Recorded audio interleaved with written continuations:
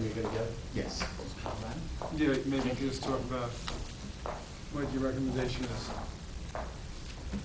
Okay, so this is pertaining to the local law. Right. On the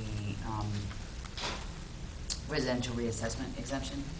And a couple of the things that we've talked about through the introduction of this is creating a base of 25%.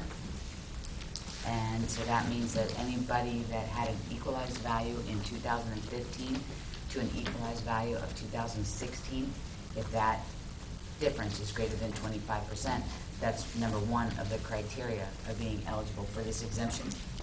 I just want to be able to explain about the equalized values. The assessments in 2015 were based on an equalization rate of 3.09%. So if you take the assessment divided by 3.09, that gives you the 2015 equalized value.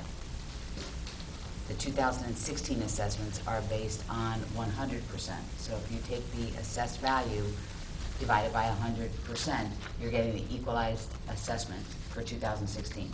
We just wanted to be able to compare apples to apples. And the difference between the two, again, that would be 25% or greater, greater than 25% would be the first criteria to be eligible for the exemption. It has to be your primary residence. You have to either be receiving STAR or eligible for the STAR credit, which is a new program through New York State. Which basically means? Which basically means, number one, it has to be your primary residence. You have to reside there, and the mailing address and the property location is the same.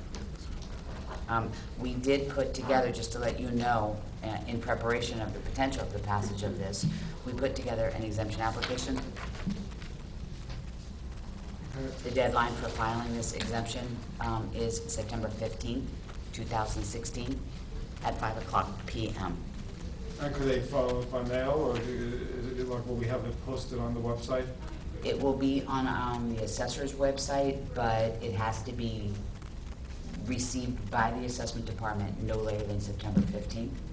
There are signatures that if anybody applies that lives in the village of Ardsley and Irvington, because the taxes have to be current as of May 1st, 2016, signatures from the town receiver and the villages of Ardsley and Irvington receivers, they have to be on here. The form has to be notarized somewhere other than the town of Greenburgh in-house. And there's other questions. It's just a one-page application. There cannot be any violations on the property, which means if somebody had done some work to their home and kind of forgot to take a building permit out, and the inventory from the prior year's assessment to this year's assessment, the inventory doesn't match, then there may be a problem. So we'll have to get the building department Do you involved have as well. like any, fact sheet? We're putting a fact sheet together now as we speak, and instructions to fill out the application. And when do you think that would be ready? I'm hoping by tomorrow, no later than Okay, so basically it's when we're talking about base of 25% of the equalized value, that's different than 25% tax. Is there a difference between what you're saying and Yes. 25% of the tax increase? The application process for reassessment, exemption application, is just that. It's an exemption off your assessment.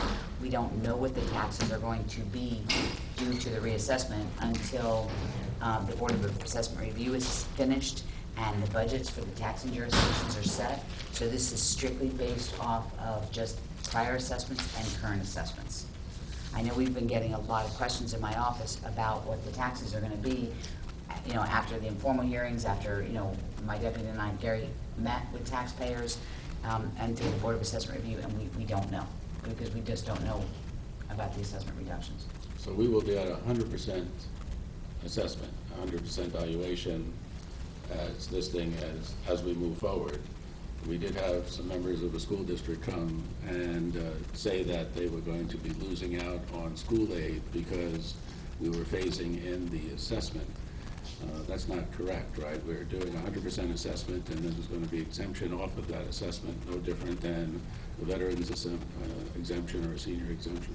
That is correct. I think that there might have been a misunderstanding about that. I understand the question, that they were concerned about losing state aid due to STAR. We're not losing any, our taxpayers, because of this exemption, is not losing their STAR exemptions. So the STAR amounts that are processed and are continually being processed, because the program is continually changing, taxpayers are getting what they get continually, and the school districts are getting their reimbursement from the STAR, exactly what the taxpayers are not paying. They're getting, the school districts are getting reimbursed by the state. So they're not losing any money on that.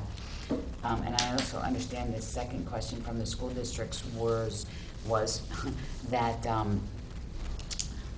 how is this going to affect the 2% tax cap? Right. There is no effect from this exemption to the 2% tax cap, because the 2% tax cap is not really a cap on the taxes, it's a cap on the levies. So there's no effect from this to the school districts. So it won't impact their ability to apply for funding through the state. I think they had a concern about their loss of levy or their assessment that would affect what they do with the state. Not to the best of my knowledge. This, as in any other exemption, property values are going on the assessment roll at 100%, just like the senior exemption, just like the veterans exemption. The values are going on at 100%.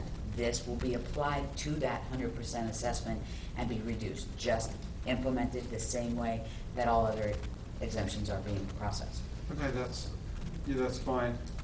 So we'll have the applications, and like a fact sheet sometime like tomorrow. I'm hoping by tomorrow Or the next afternoon day. it will be done, yes. That's fine. I will forward you a copy so you'll be aware. And we'll put it on the website. We'll put it on the assessor's page on the website, yep. Yeah, Maybe, I'm not sure if it's gonna be on the assessor's webpage with all the other exemption applications, or we may think about putting this on the front page. the Yeah, you know what I homepage. think I'll do is I'll do like a, The assessor's office is consuming the homepage, sorry. yeah, I think, I'll just do like an e-blast with it, so this way at least people feel that we've done our due diligence of notifying people. Okay, any questions? No, so then, could we just move that resolution now, and this way you can start Why getting. don't you need to open? We have to open a special meeting with the understanding that we're not going to do all of the resolutions. We're going, because we need an executive session to get some legal advice on any one of them. Yeah, I just had a quick question. Will the fact sheet address how the 3-year phase-in may impact residents who have a decrease? Yeah, that's a good point. Actually, yes, I will put that on there.